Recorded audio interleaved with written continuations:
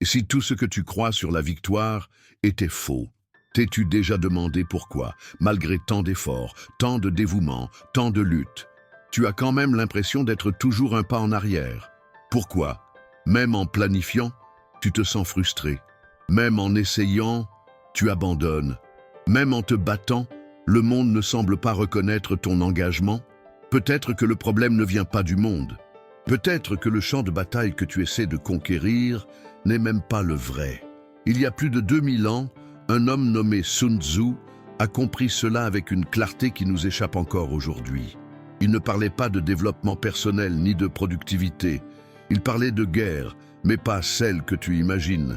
La guerre qu'il étudiait était silencieuse, invisible, intime.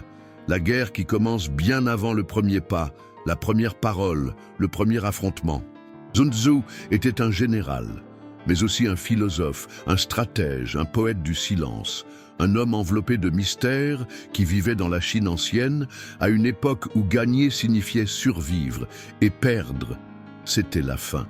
Mais contrairement à ce qu'on attendrait d'un homme de guerre, Sun Tzu ne glorifiait ni les épées ni les armées.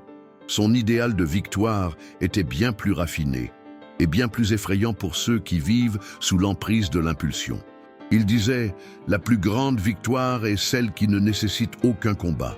Maintenant, arrête-toi, réfléchis à cela, imagine gagner sans te battre, imagine convaincre sans crier, imagine résister sans durcir. Est-ce que cela te semble être de la force ou une faiblesse déguisée en philosophie? La plupart des gens pensent que gagner, c'est écraser, prouver, dominer, que la discipline, c'est supporter la douleur, dépasser ses limites, tout sacrifier. Mais Sun Tzu nous invite à regarder un autre type de force, une force qui ne s'exhibe pas, qui ne se vante pas, qui ne hurle pas, une force qui habite le silence, qui agit dans l'ombre, qui se cache dans le contrôle de soi.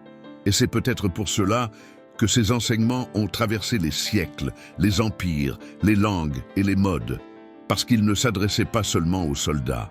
Ils parlaient à tous ceux qui ont déjà mené une guerre intérieure, à ceux qui se sont déjà sentis déchirés entre ce qu'ils ressentent et ce qu'ils doivent faire, à ceux qui ont dû un jour étouffer une impulsion pour protéger un but, à ceux qui ont compris, dans leur chair, que le plus grand ennemi n'est pas toujours extérieur. Sun Tzu était taoïste dans l'âme, confucianiste dans la pratique et légaliste quand il le fallait.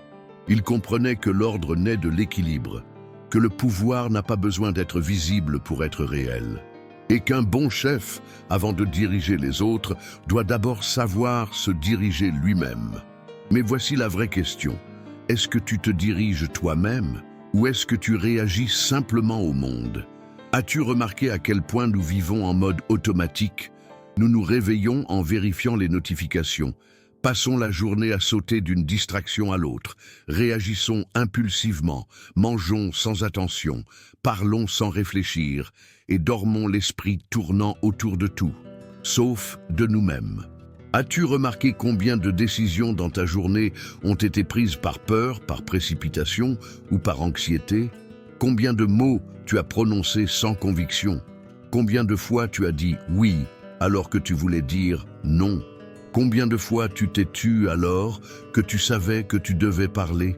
C'est cette guerre-là dont parlait Sun Tzu, la guerre contre le manque de clarté, contre l'impulsion qui te fait tomber avant même de réfléchir, contre la peur qui déguise l'insécurité en agressivité, contre l'envie de gagner vite pour échouer en silence. Pour lui, le premier pas de la discipline n'est pas l'action, c'est la vision, voir avec honnêteté radicale, voir ses propres schémas, ses pièges mentaux, les histoires qu'on se raconte pour justifier l'abandon. Il croyait que se connaître soi-même n'était pas un cliché philosophique, c'était une nécessité stratégique, parce que celui qui ne se connaît pas se bat à l'aveugle. Celui qui ne se connaît pas tire avant de viser. Celui qui ne se connaît pas réagit à la provocation comme si c'était un ordre. Sun Tzu nous oblige à nous poser la question. Si tu étais une armée, vaudrait-il la peine de te suivre? Si ton esprit était un général, t'amènerait-il à la victoire ou à la confusion? La discipline qu'il enseigne n'est pas celle du fouet, de la rigidité ou de la punition. C'est celle de la clarté, du mouvement conscient, d'agir seulement quand c'est nécessaire et de savoir attendre sans se perdre. Imagine une bataille silencieuse qui se joue en ce moment, en toi. Une partie de toi veut changer, grandir, évoluer. L'autre veut que tout reste pareil. Une partie de toi veut se lever tôt, commencer quelque chose de nouveau, sortir du cycle. L'autre murmure « Demain, qui est en train de gagner ?» C'est le champ de bataille invisible où se gagne, où se perd, toute une vie. Et la plupart des gens ne se rendent même pas compte qu'ils y sont. Maintenant, imagine que Sun Tzu s'assoit à côté de toi, regarde ta routine, tes pensées, tes réactions. Il ne te juge pas, il ne te blâme pas, il observe et te demande « Connais-tu ton ennemi ?» Mais il ne parle pas des autres, il parle de tes peurs, de tes déclencheurs, de ta précipitation à vouloir avoir raison, de ton besoin de tout contrôler. Il parle de cette habitude qui t'éloigne de ce que tu dis vouloir. Et c'est là que commence l'entraînement réel. Pas avec des armes, mais avec de l'attention. Pas avec des cris, mais avec du silence. Pas avec des objectifs impossibles, mais avec de petits engagements non négociables. Le réveil de la discipline commence dans ces minutes oubliées. 5 minutes de silence le matin. Une décision consciente sur ce que tu vas manger. Un non dit avec calme. Un écran que tu ne déverrouilles pas. Une petite promesse tenue juste pour te montrer que tu en es capable. Ce sont ces gestes invisibles qui façonnent un guerrier. Pas le bruit, mais la présence. Et si tu crois que la discipline est une oppression, peut-être n'as-tu connu que sa version déformée. La vraie discipline libère, parce qu'elle te sort des mains du hasard, te libère de l'urgence des autres, te redonne la possibilité de choisir et non de simplement obéir à tes impulsions. Sun Tzu ne parle pas de gagner sur le champ de bataille, il parle de gagner sur le champ de la conscience. D'agir avec intention, de choisir le bon moment, de penser avec clarté, même quand tout autour crie « réagis ». Et cette clarté, ce calme, ne s'improvise pas, ils se construisent. Alors, avant de chercher à améliorer ta productivité, ta carrière, tes résultats, pose-toi cette question. Es-tu un bon commandant pour toi-même ? Parce que si tu ne diriges pas ta journée, quelqu'un d'autre le fera. Si tu ne poses pas tes limites, le monde les posera pour toi. Et si tu ne connais pas ton propre esprit, il t'emmènera où bon lui semble. Sun Tzu disait, si tu connais l'ennemi et que tu te connais toi-même, tu ne dois pas craindre le résultat de 100 batailles. Mais si tu ne te connais pas, même un jour banal peut devenir une défaite silencieuse. La question n'est pas « comment vaincre le monde ?» La vraie question est « comment t'arrêter de me saboter avant même d'avoir commencé ?»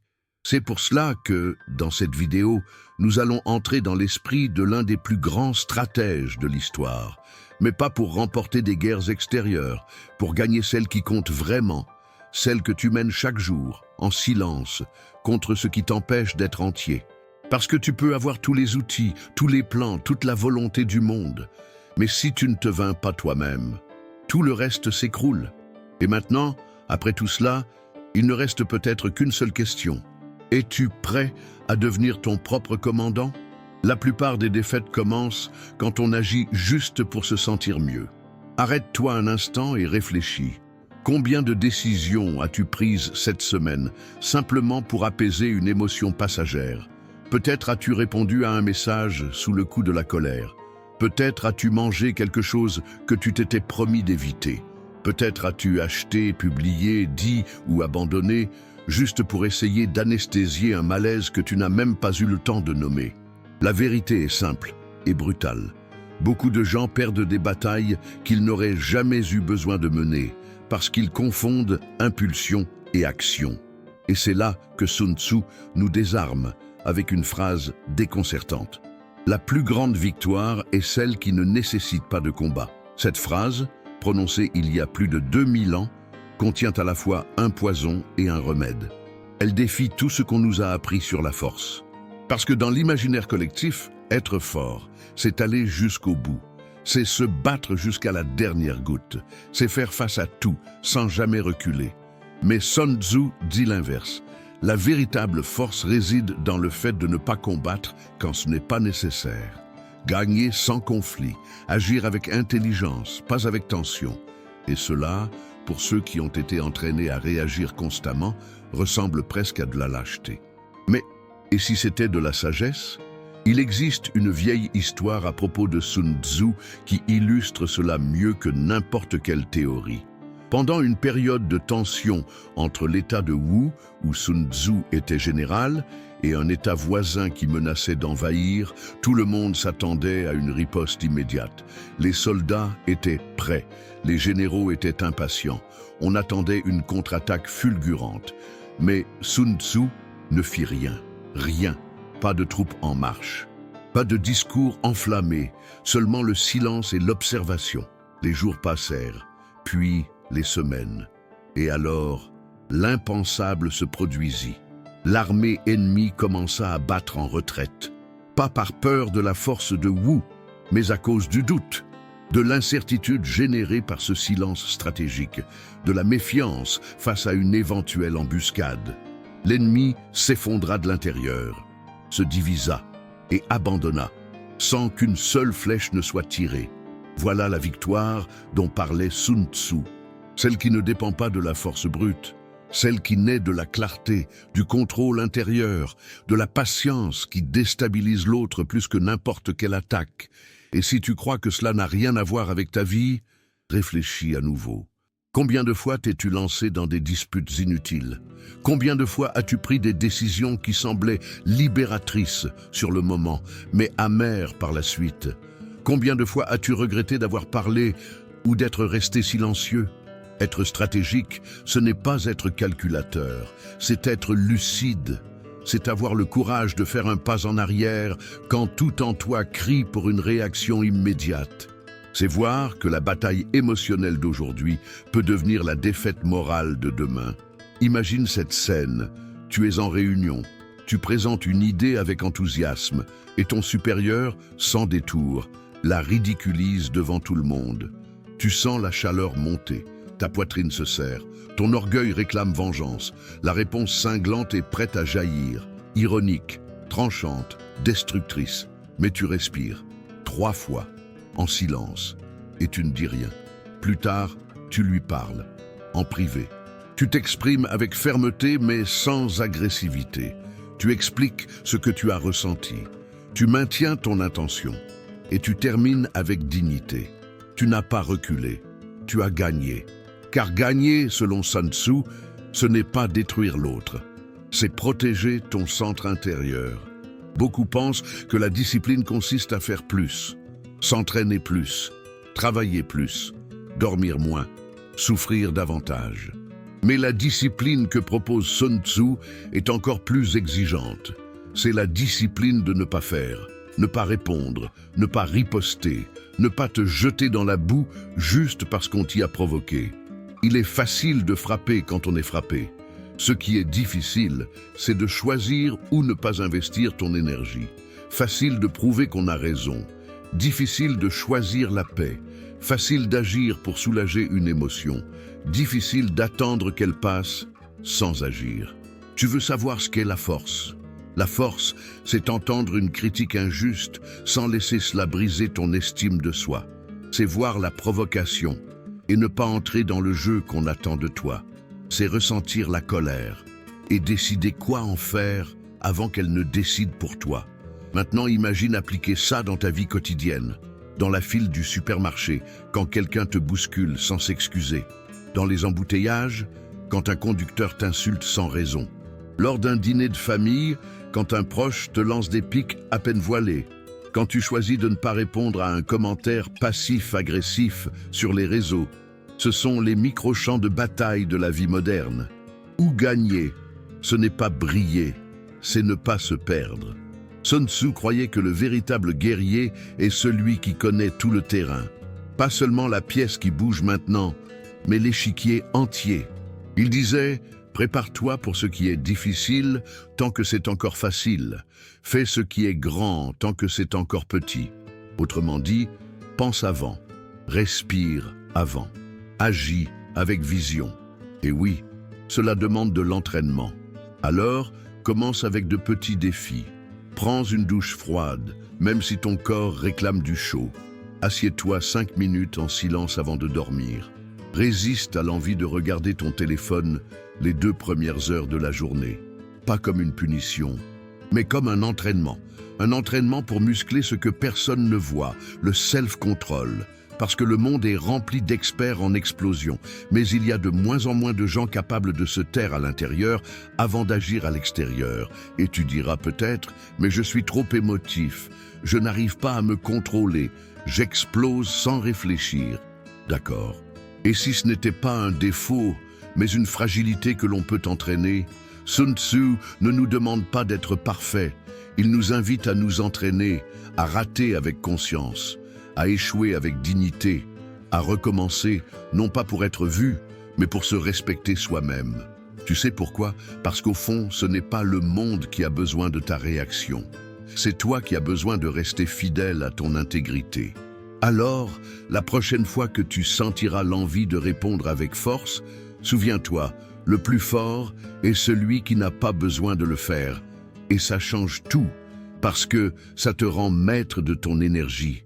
Ça te rend le leadership que tu as trop souvent donné à tes émotions. Ça fait de toi un stratège de ta propre existence.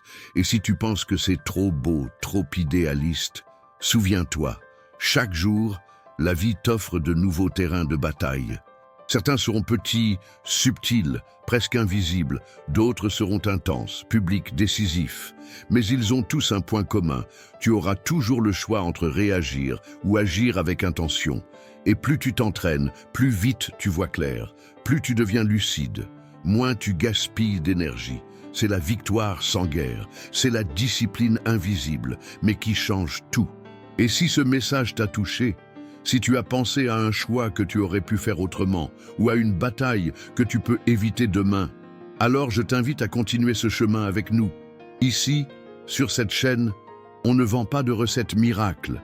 On plonge dans une sagesse qui a traversé des millénaires, on ralentit le monde pour écouter ce qui compte vraiment. Alors si ça résonne en toi, abonne-toi à la chaîne, like cette vidéo et partage-la avec quelqu'un qui mène des combats invisibles et qui a besoin de se rappeler qu'il existe une autre manière de vaincre. Parce que le monde a besoin de moins de guerriers bruyants et de plus de stratèges silencieux. Et peut-être que le prochain, ce sera toi.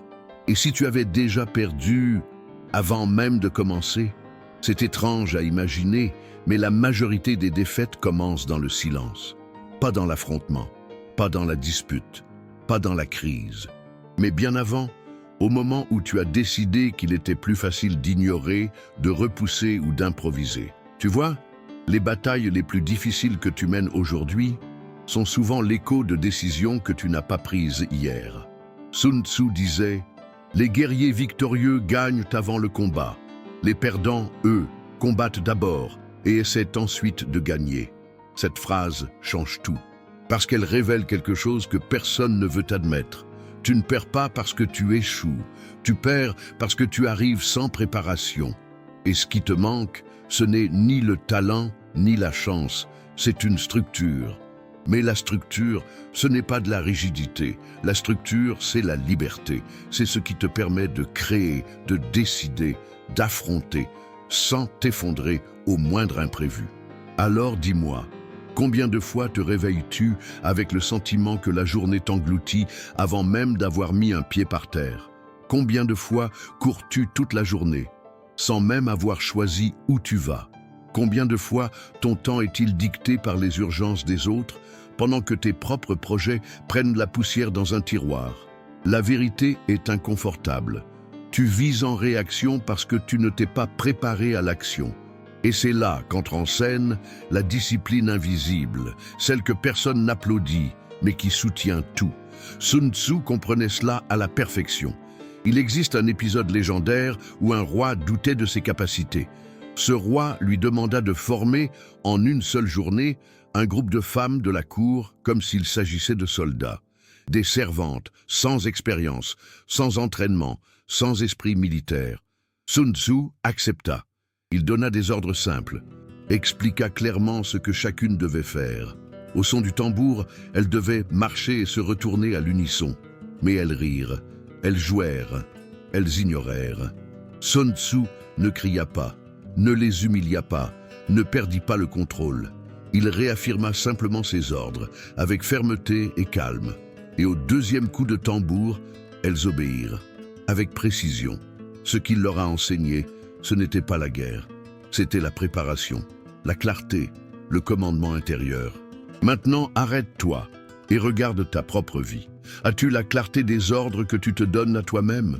Ou bien tes journées sont-elles définies par des improvisations déguisées en flexibilité? Te réveilles-tu en connaissant ta mission? Ou pries-tu simplement pour que le chaos soit clément aujourd'hui? La préparation, c'est plus que de la planification. C'est anticiper les schémas, c'est connaître le terrain. C'est reconnaître que ton esprit a des heures où il brille et d'autres où il sabote. Tu sais par exemple que ton énergie chute l'après-midi. Alors pourquoi continues-tu à remettre l'essentiel après le déjeuner? Tu sais que ton téléphone te distrait. Alors pourquoi dort-il encore à côté de toi? Tu sais que certaines personnes épuisent ton attention. Alors pourquoi leur offres-tu ton agenda sans réfléchir? Ces petites négligences sont des défaites déguisées. Ce sont des victoires que tu annules avant même d'avoir essayé. Et si on inversait les choses? Et si, au lieu d'attendre que la tension arrive, tu la devançais? Imagine ceci. La veille au soir, tu prends 5 minutes. Seulement 5. Tu ouvres un carnet et tu écris. Qu'est-ce qui compte vraiment demain? Qu'est-ce qui peut mal tourner? Que puis-je faire pour ne pas être pris au dépourvu? Ça paraît simple, mais ça ne l'est pas. C'est révolutionnaire. Parce que tu ne fais pas qu'écrire des tâches. Tu crées de l'espace, et cet espace, c'est ce qui empêche l'effondrement. Un autre exemple, organise ton environnement, pas pour l'esthétique, pour la stratégie. Si tu as besoin de concentration, alors ton espace doit respirer cette concentration. Ce qui t'entoure façonne ce qui est en toi. Tu veux de la constance? Alors crée un rituel sacré. Pas un rituel grandiose, compliqué, digne d'Instagram. Mais quelque chose de petit, inviolable, quotidien. Ça peut être méditer au réveil, ou écrire 3 choses apprises dans la journée, ou marcher 10 minutes sans téléphone. Ça te semble peu? Sache que c'est comme ça que se forment les armées. C'est comme ça qu'on construit des forteresses, brique après brique, pas dans les cris, mais dans la répétition silencieuse. As-tu déjà remarqué que les athlètes d'élite s'entraînent même quand il n'y a pas de compétition? Que les musiciens répètent des morceaux qu'ils connaissent par cœur? Que les soldats font les mêmes exercices des milliers de fois? Parce que lorsque le moment critique arrive, il n'y a pas de place pour l'improvisation. Tu ne montes pas au niveau de l'occasion, tu descends au niveau de ton entraînement. Et si tu ne t'es pas entraîné, tu trembles.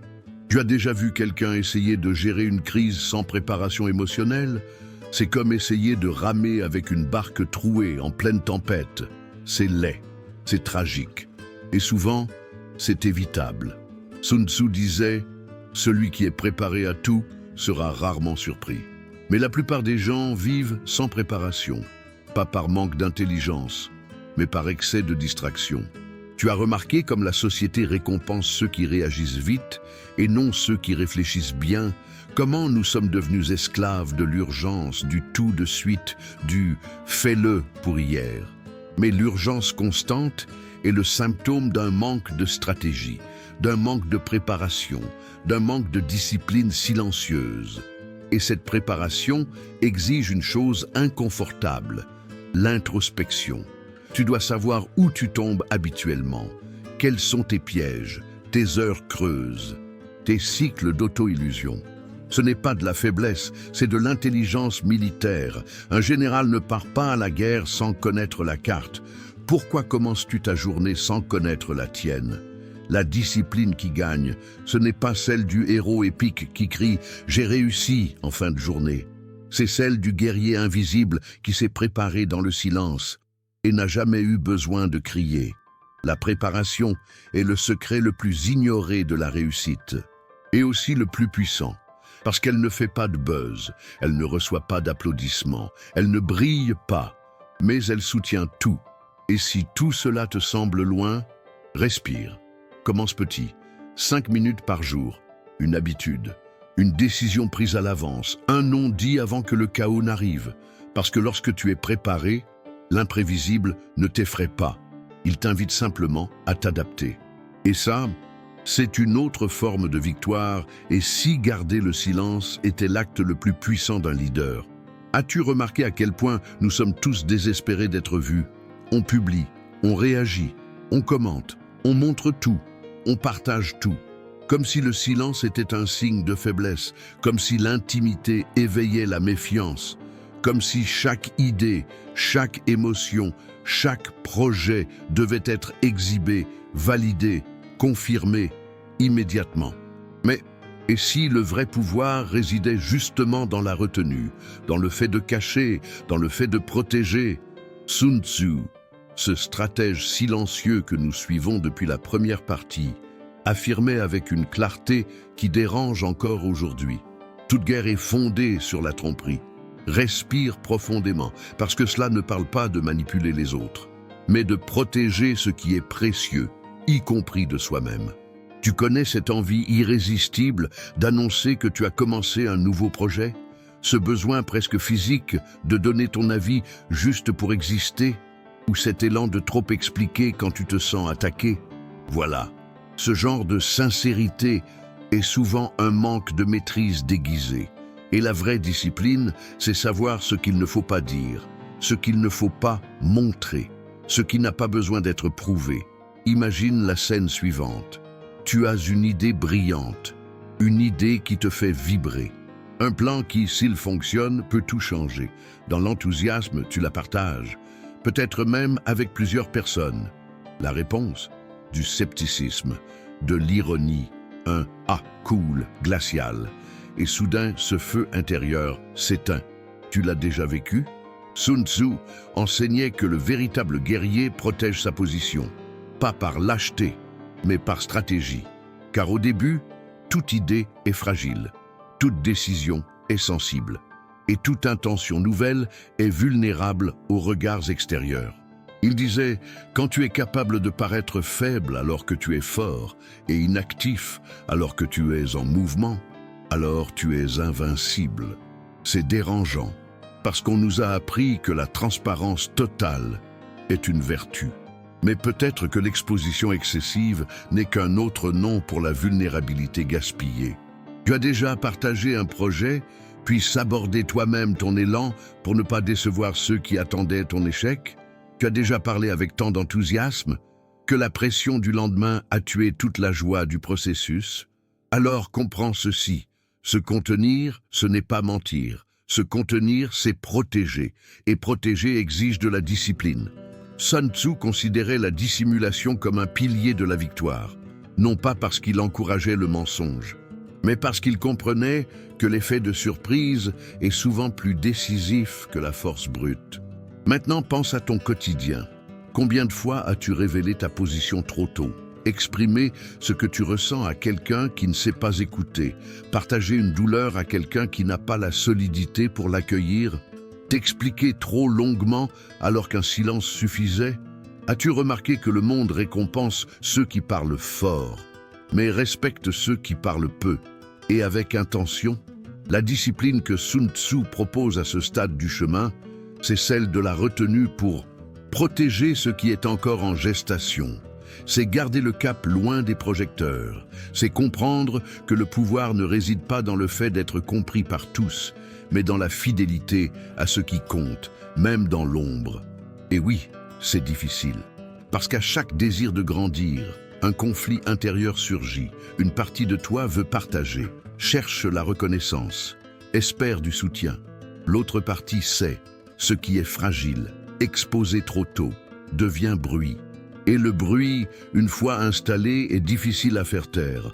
As-tu déjà tenté de défendre un objectif sans avoir la structure émotionnelle pour le porter? T'es-tu déjà surpris à justifier un changement, comme si ton existence devait demander une autorisation? Sun Tzu enseignerait le contraire. Ne te justifie pas, concentre-toi, construis dans le silence et laisse les résultats parler, en temps voulu. Mais cela ne s'applique pas qu'aux idées. Ce principe est aussi valable pour les émotions. As-tu remarqué comme le monde exige qu'on s'explique en permanence? Pourquoi tu es triste? Pourquoi tu es silencieux? Pourquoi tu n'es pas venu? Pourquoi tu as changé d'avis? Mais parfois, le silence est la plus grande marque de respect envers soi-même. Tu n'as pas à ouvrir ton cœur comme une place publique. Tu n'as pas à transformer chaque douleur en discours. Il y a des moments où la retenue est la seule manière de préserver ta clarté. Où parler moins est un acte de résistance. Où protéger ton espace émotionnel est plus stratégique que convaincre qui que ce soit de ta vérité. Et peut-être que la plus grande leçon de Sun Tzu, c'est celle-ci. Toute bataille ne mérite pas d'être gagnée. Beaucoup peuvent être évités ou, au minimum, reportés jusqu'à ce que tu sois prêt. Tu te souviens de la dernière fois où tu as partagé une joie et reçu une réponse froide? Ou bien lorsque tu as confié une peur et que cette vulnérabilité s'est retournée contre toi des mois plus tard? Ces moments enseignent, et ceux qui apprennent comprennent. Certaines choses doivent mûrir dans l'ombre. Ce n'est pas de l'égoïsme, c'est de la stratégie émotionnelle. Alors, voici 3 questions que tu ne t'es peut-être jamais posées. Quels rêves sont morts parce qu'ils ont été exposés trop tôt? Combien de relations as-tu abîmées en parlant avant d'écouter? Quelle partie de toi a besoin d'être protégée et non prouvée? Il ne s'agit pas de cacher la vérité, il s'agit de ne pas la confier à des mains non préparées. La discipline que nous enseigne Sun Tzu, c'est cette retenue élégante, ce recul tactique, cette sobriété face à l'impulsion d'expliquer. Et le plus fascinant, cela te donne du pouvoir. Pendant que tous s'exposent, tu observes. Pendant que tous réagissent, tu réfléchis. Pendant que tous courent, tu choisis le moment. Sun Tzu appelait cela la posture de l'ombre. C'est le moment où l'adversaire cherche ta faiblesse, mais ne la trouve pas. Parce que tu n'as pas donné d'accès, tu n'as pas permis la lecture, tu n'as pas livré ta carte émotionnelle. Dans le monde moderne, cette posture est de plus en plus rare. Nous sommes exposés, cartographiés, prévisibles. Et la prévisibilité, c'est de la vulnérabilité. Tu veux être discipliné? Commence par te contenir. Commence par te demander ce que je m'apprête à dire.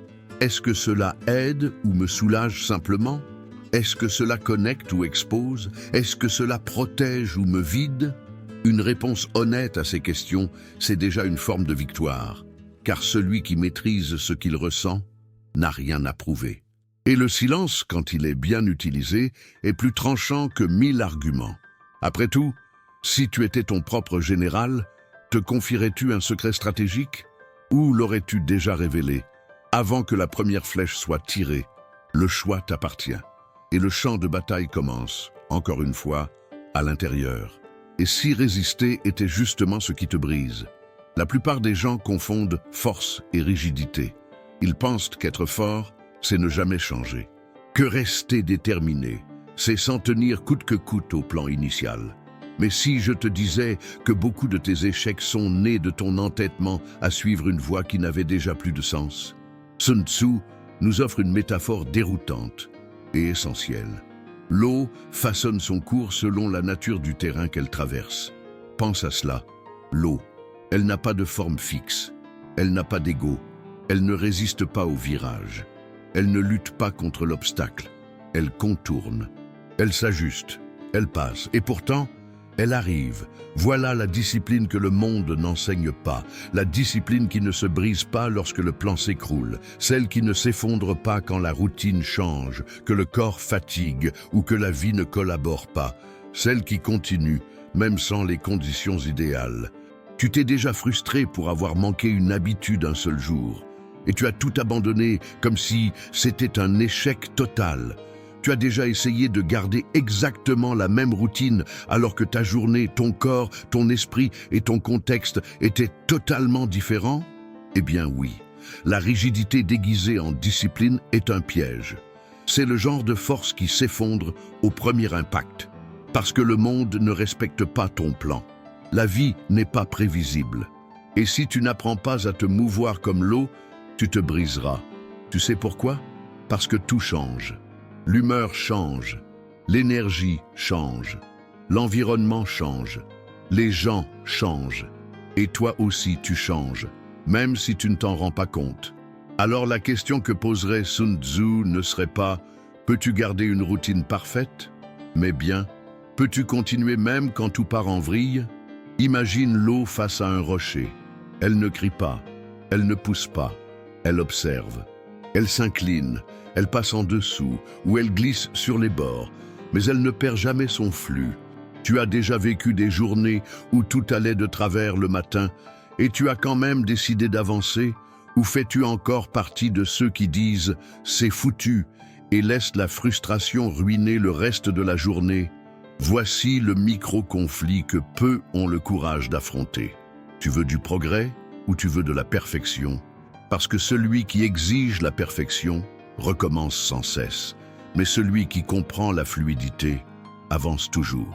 La vraie discipline n'est pas celle qui te transforme en machine incassable, c'est celle qui t'apprend à tomber sans perdre ta direction, à reculer sans te désorienter, à ralentir sans oublier ta destination.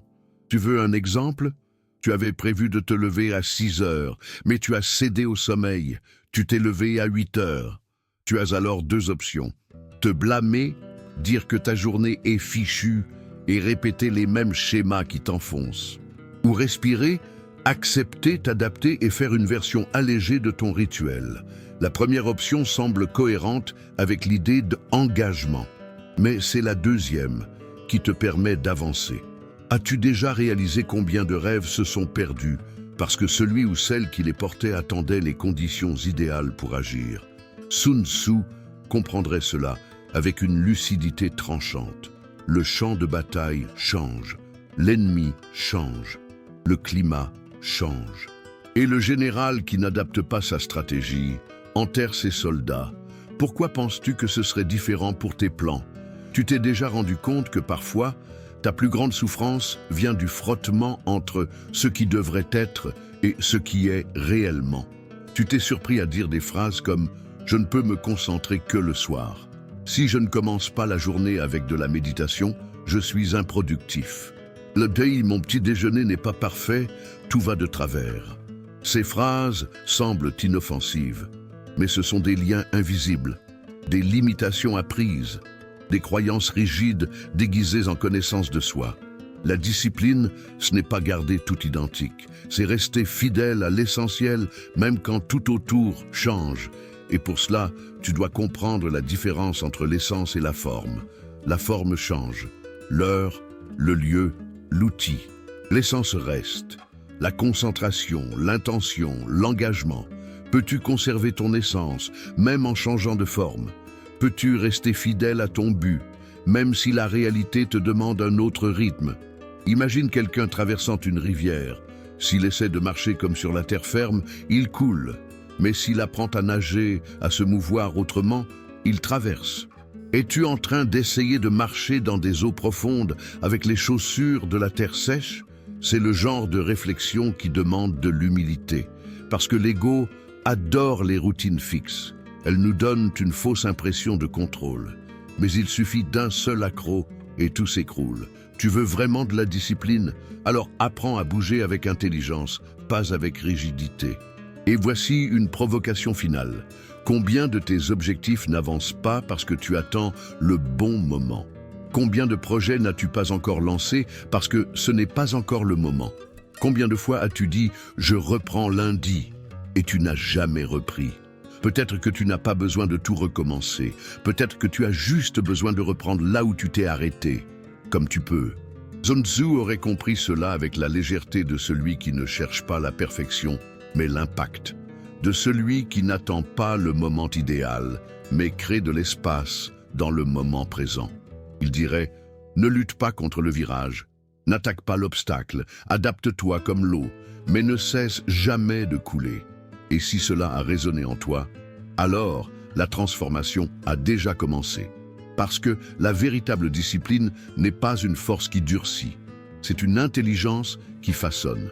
Et maintenant, je te pose la question, es-tu prêt à continuer même sans les conditions idéales? Ou vas-tu continuer à attendre que la vie suive ton plan? La décision, encore une fois, t'appartient. Mais souviens-toi, l'eau ne s'arrête jamais. Et c'est pour cela qu'elle finit toujours par vaincre la pierre. Et si la personne qui t'influence le plus était justement celle que tu ne peux pas contrôler? C'est étrange à dire, mais beaucoup tentent de diriger le monde, alors qu'ils ne parviennent même pas à diriger leur propre matinée. Ils donnent des ordres aux autres, mais ne respectent pas ceux qu'ils se donnent à eux-mêmes. Ils exigent de la constance de leurs enfants, de leur équipe, de leurs partenaires, mais négocient sans cesse leurs propres principes dans l'ombre. Sun Tzu, avec la précision de celui qui voit le champ de bataille invisible, nous dit « Un chef mène par l'exemple, pas par la force ». Et cette phrase suffit à démonter toute une conception erronée de l'autorité.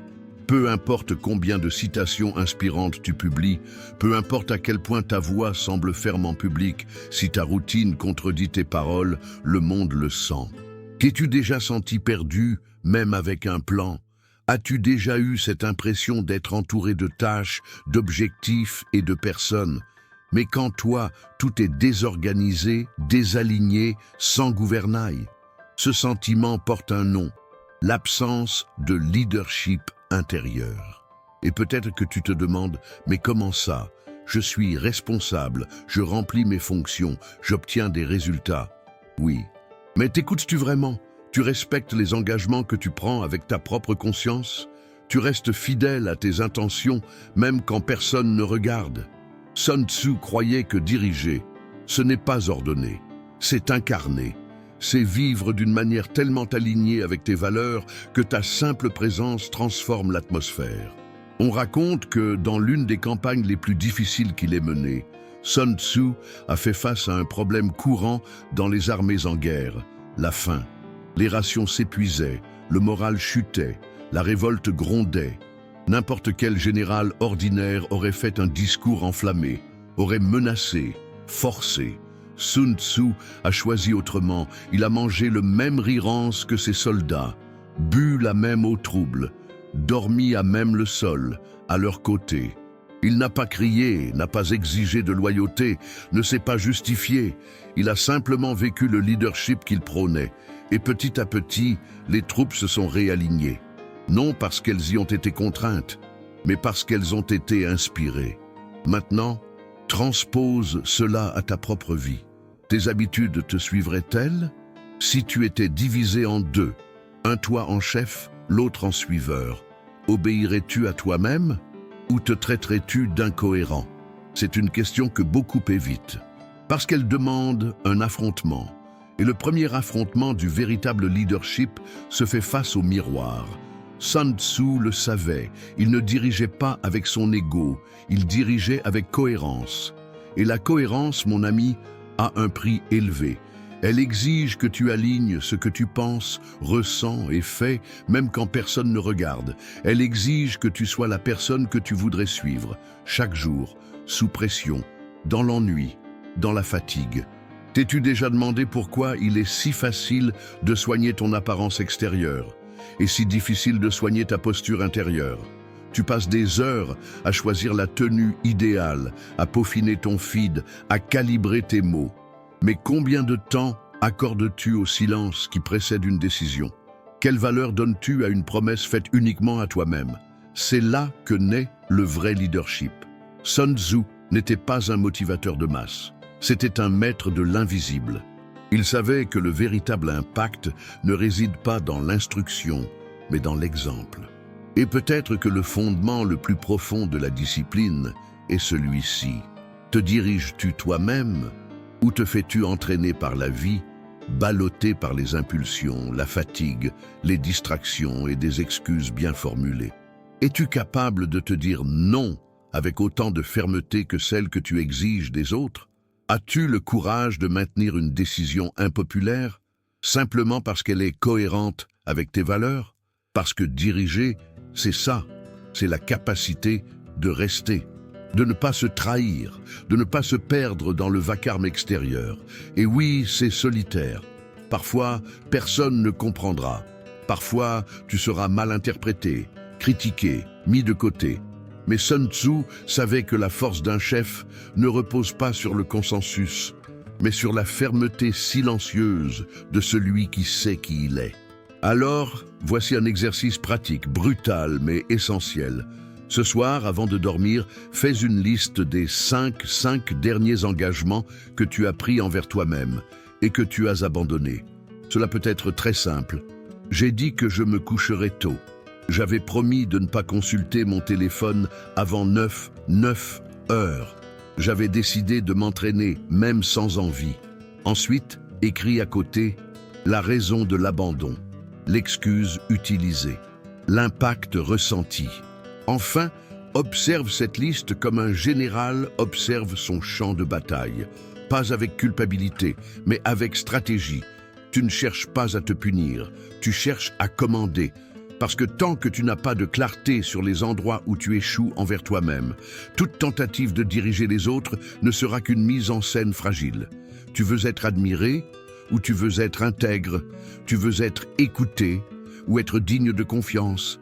La différence réside dans l'invisible, dans ce que tu fais quand il n'y a pas d'applaudissements, dans ce que tu choisis quand il n'y a pas de spectateurs. Sun Tzu ne vivait pas pour Instagram. Il n'avait pas besoin de likes pour valider sa discipline. C'était le genre d'homme qui s'asseyait dans le noir pour mieux réfléchir, qui parlait peu, mais disait l'essentiel, qui se préparait tellement qu'il n'avait pas besoin d'improviser. C'est cette discipline qui se transforme en leadership. Pas celle qui impressionne, mais celle qui soutient. Et avant que tu penses que c'est inaccessible, laisse-moi te confier un secret. Le leadership commence petit. Il commence quand tu te lèves dès que le réveil sonne, quand tu éteins le téléphone à l'heure que tu t'étais fixé, quand tu respectes ta pause, ton temps, ton énergie, quand tu ne te traites pas comme un être jetable. Sun Tzu entraînait des armées, mais aujourd'hui, c'est ton esprit qui a besoin d'entraînement. C'est lui qui commande ton attention, tes choix, ton rythme, et s'il est désorganisé, tout le reste se disperse. Diriger ta propre vie, c'est te réveiller chaque jour avec cette question. Si j'étais le commandant de ma vie, quel ordre me donnerais-je aujourd'hui? Ne t'attends pas à ce que la vie te traite comme une priorité. Si toi-même tu te traites comme une distraction, ne demande pas de fidélité aux autres. Si tu romps chaque jour le pacte que tu as passé avec ta propre conscience, n'attends pas une motivation éternelle. Attends-toi à de la résistance, à de la fatigue, à des jours ternes. Mais, dans ces jours-là, souviens-toi, la présence du leader se révèle dans la difficulté, pas dans l'euphorie. Et si ce leader, c'est toi, alors il est temps d'enfiler tes bottes invisibles, de recentrer ton esprit et de marcher.